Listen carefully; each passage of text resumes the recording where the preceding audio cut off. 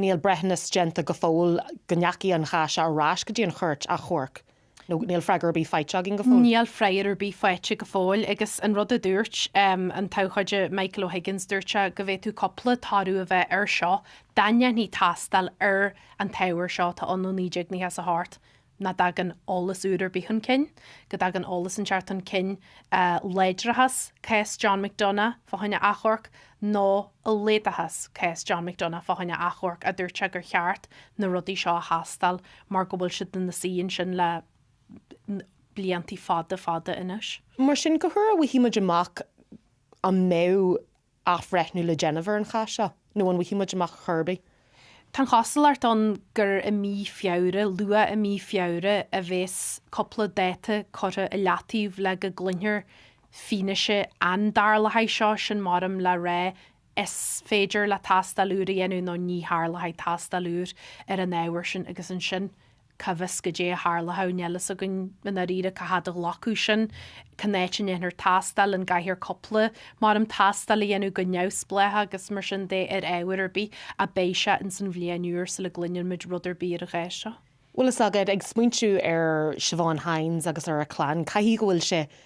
agus go bhfuil se go fólchó Jackar ar cardide seci agus ar a chlán, agus iad a gol tríd an prósis seothar fad agus John McDonagh ag méo go bhfuil se go fól neamh Gaeltacht.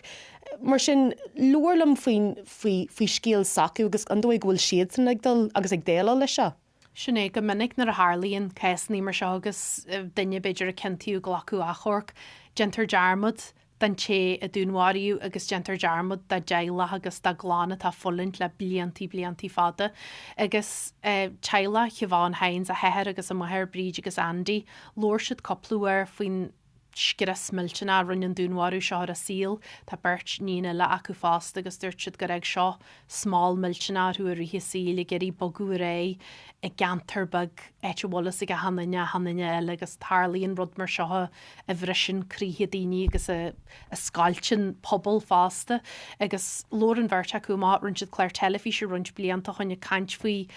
mar an tinchar a teag achtrú a fas mar seo agus na nnéine sé dearmad a Siobhán ggóil siad a geirí ise chuneal a grí leir an scéil na cyfní gala acu áí gur chalín galant a bhíon si ní ro sé acu a th fá seaartní an na dé agus na rudí iontathe a bhí gentaí ach an brón sin na rudí náhain siad amálathe lór a heir gur bhhaile beidir leonseart í thuirtú hiúil le pásta agus nar is smuoinn siad ar gáchlan agus mar sin agus nachhfuil Siobhán an lá. Tá sé ionanta trom rud mar sin agus mar an Harlaí seo rih nálaigh i teartta níos a gcónaí gá mar seo a cyfnehan agus mar sin de caiise go se miltena cruúa agus nar a hagan césanní cuairte agus achorc i níos a ríise agus a ríisiile tí muid go leor césanní na híbertí agus a go tealaí tá siad sin buailte agus tugann se an trauma seo ar fád a ráiste ríist agus dá phobalbug